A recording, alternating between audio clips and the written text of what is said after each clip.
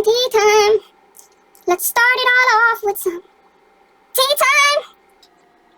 Hey, I'm glad you're here. Welcome to Sweden. So, hi and welcome to a mini introduction of myself. After getting to 1K subs, this was always like one of the little goals that I had set for myself. I don't have a script or anything like that, so I'm just basically gonna shortly introduce myself and then answer some of the questions that I've gotten from you guys. So yeah, let's get started. I have some tea, and let's get cozy and get to know each other. After all this, please tell me something about yourself down in the comments and I'll reply. I'd love to know more about you guys too.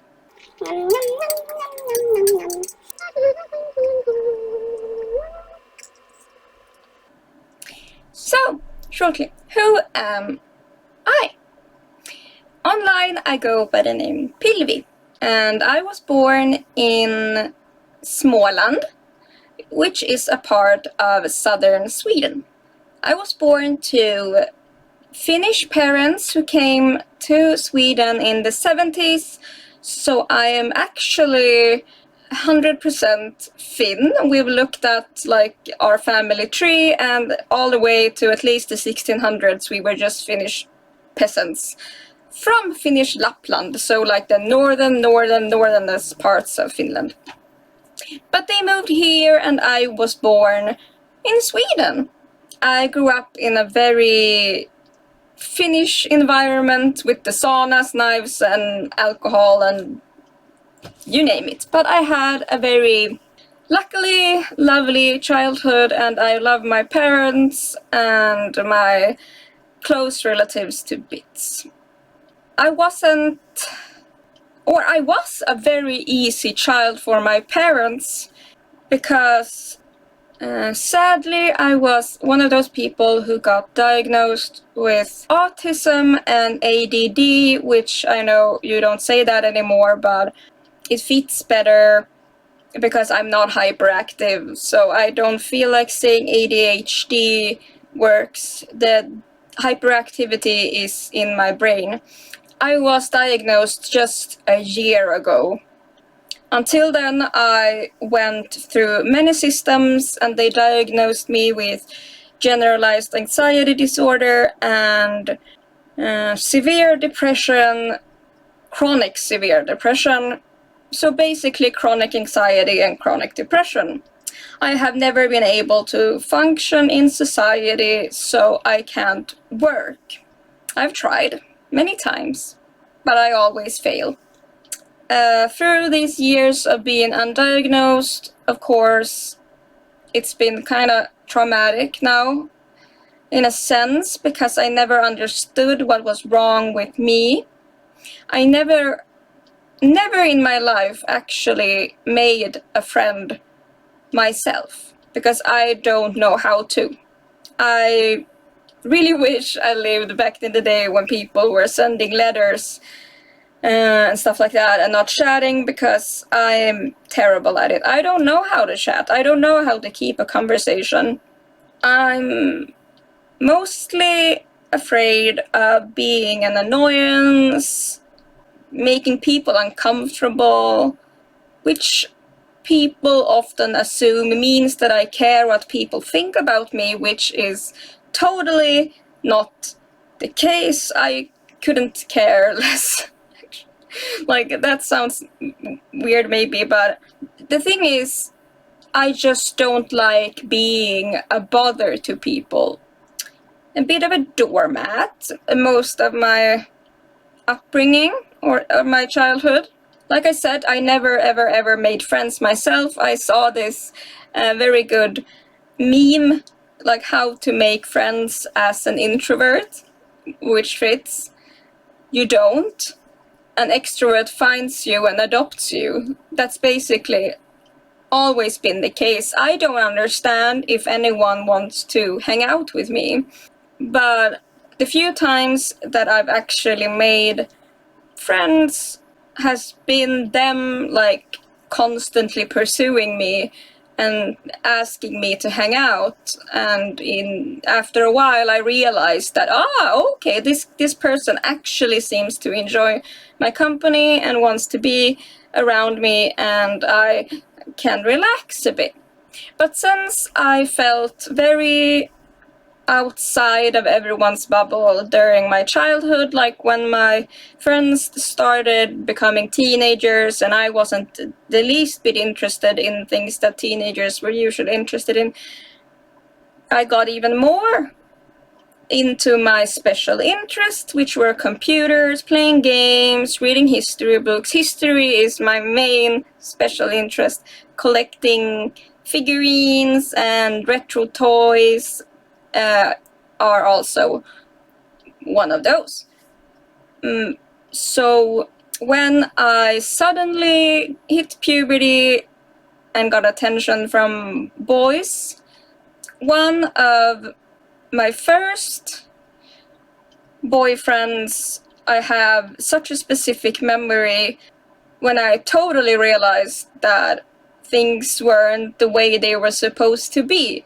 I had my art out on an art exhibition, and I was super happy, and my family was there, and I was joking around with them and acting the way I would at home, which could be considered pretty weird. Like, I'd act like a very silly, childish, bad stand-up comedian. That's just who I am, a childish, weird person. And he took me to the side and asked me why I always act so weird around my family. And that made me realize, like, no, I'm acting like myself with my family. It's when I'm with you, I put on a mask and I'm too scared to be myself. I am the person that I think you want me to be. It didn't help that I was 16, impersonable, and this man was 21, and yeah, it just wasn't a very good place to be, especially as undiagnosed and very easily molded, I think, into the person that they wanted me to be. Another reason why I've been scared of getting friends is that I don't want to go into details at all. It's traumatic. My childhood friend, actually, that I knew from 5 till I was 16, tried to murder her entire family, and she did succeed in killing her own mother. And this was a family that I spent a lot of time with during these years. That didn't help the anxiety that I've been born with the generalized anxiety disorder. And then a few years later, one of my good friends was also murdered because of the way he looked. And after that, I actually got a bit tougher. I was single for a long time, but I still had a very hard time getting friends. Like, I was like so scared to lose them. The first real, proper, normal female friend I had, we were like besties for 4 years, and then just had a falling out that I still don't understand. I was always so scared to be around her because she was something I've always wanted, to be a part of, like a girls group. I really tried to be normal there too. So that's basically the story. With all the time being a hermit, being an introvert, deep in depression, trying to make the most of my life, I decided to open this YouTube channel as an escape, where I can have a reason to read lots of fun books and study. I've always liked pens and papers and studying and stuff like that, and editing, and yeah, as a creative outlet for me. And if anyone from that goes to my Patreon or tips on Ko-fi and stuff like that. That's just an extra good thing to come out of it. I hope any of that made sense. I'm here now. I can't say I'm doing well. I'm on way too many medications, but I'm trying my hecking hardest either way. If anyone wants, I'll do an update in a few months and see how I'm doing then, but right now I'm in the middle of a long breakdown. And like I said, I like to laugh about my pain. I can't do much about it. Like, what the heck am I even supposed to do? I can only laugh about it. I can't just lie under the bed and be sad. What would that do? Nothing! Yeah. So, let's get on to the questions that you asked. I'm just gonna bring them up. Wait a second.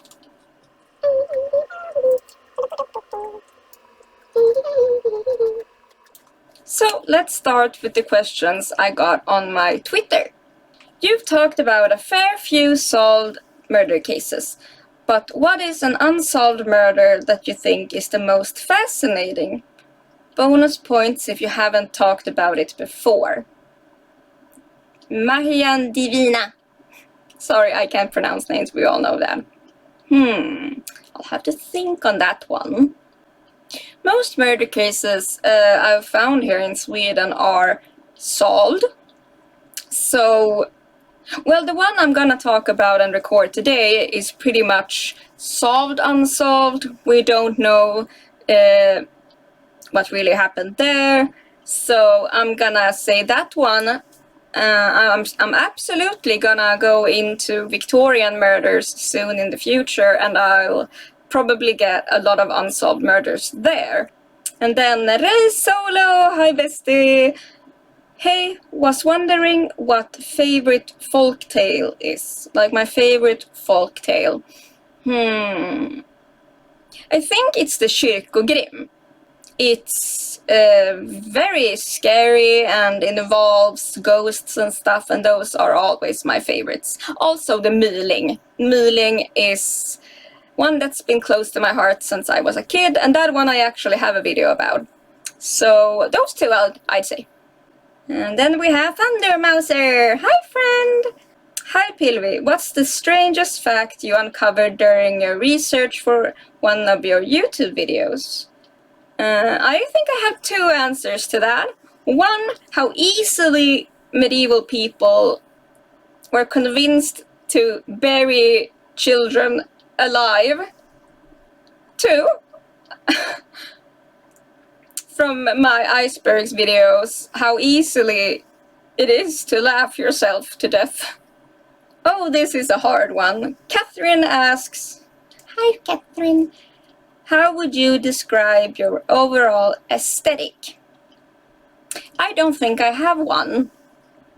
Like, I just dress the way I want to dress. If I go somewhere historical, I like to put on some historical clothing. If I'm just chilling, I'm in my comfy clothes. So I don't think my aesthetic has a name.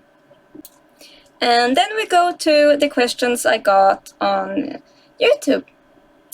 The first one is Nuposaurus 3830. Oh, and that's the one about Finland, yeah. And they were wondering about my Finnish name here. And yes, I have Finnish ancestry. I'm 100% Finnish. So yes, let's move on. Then we have Greg Allen, 5845. Are you considering about doing the occasional morbid tale from foreign shores? Yes. I have been planning on doing some yokai from Japan because they're very interesting. Also, Victorian murders. They're very interesting, and I have way too many books about that. If you have any other suggestions of historic true crime or folklore, please comment down below. I'll look into it, I promise. And then we have Catacomb TV. Hi kompis. That means friend in Swedish. Which one of your videos did you enjoy making the most? That's actually one of my least watched videos, and I only enjoyed making it because I was on location. It's about Torpa Stenhus, and because it's one of my favorite buildings ever since I was a kid. So I really enjoyed going around, and it was the first time I filmed something on location. I don't think I've actually done that before, after, but yeah. That was my favorite video to film and edit. Aww. And then we have Pie in the Sky. Hi, friend. And tell us about your best definition of love. For me, after everything I've been through, everything I want in a loving relationship is feeling safe, sharing happiness, laughing a lot. I want to feel loved, appreciated, like they actually want the best for me, and vice versa. Yeah, that's my best definition of love. And then the last one. That's someone MM5GC. Hi! Are you planning on doing something new on the channel? Yes, like I said, I'm gonna branch out of Scandinavia, and I'm also gonna do, I don't know if it's gonna be an iceberg or not, but like the history of executions, which would be a good iceberg, like from the most common to the most insane ones. I think that would be a good iceberg, actually. And yeah. I'm always thinking about new things to do, and I'll take any ideas you have for me. Just, yeah, comment. Just so you know, it's free to like, comment, subscribe. It really like the smallest amount. If everyone who watched this gave a like, it would. Not maybe just this video, but another video that's not this video. It actually does so much for the algorithm and YouTube recommending it to more people. So it's free for you and makes my heart happy. Thanks for asking some questions, and I hope you know me better now. Let's end with a weird commercial. Breaking news. And now, a short commercial break. Well, look who's inside again. Hello fellow introverts. Do you want the world to know just how much of a basement dweller you really are? Extreme Hermit Mode. Buy yours now. Lots of options. Other cool stuff. Some crafts too. How cool. Hats, beanies, teas galore. Jauntily macabre. These are the things that make the world go around. Want some vlogs? Go to Patreon. Want some handmade crafts? Go to the Ko-Fi shop. There's something for everyone.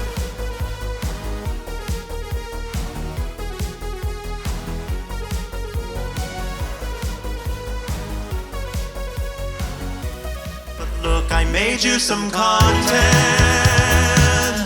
Daddy made you your favorite open wide. Here comes the content. It's a beautiful day to stay inside.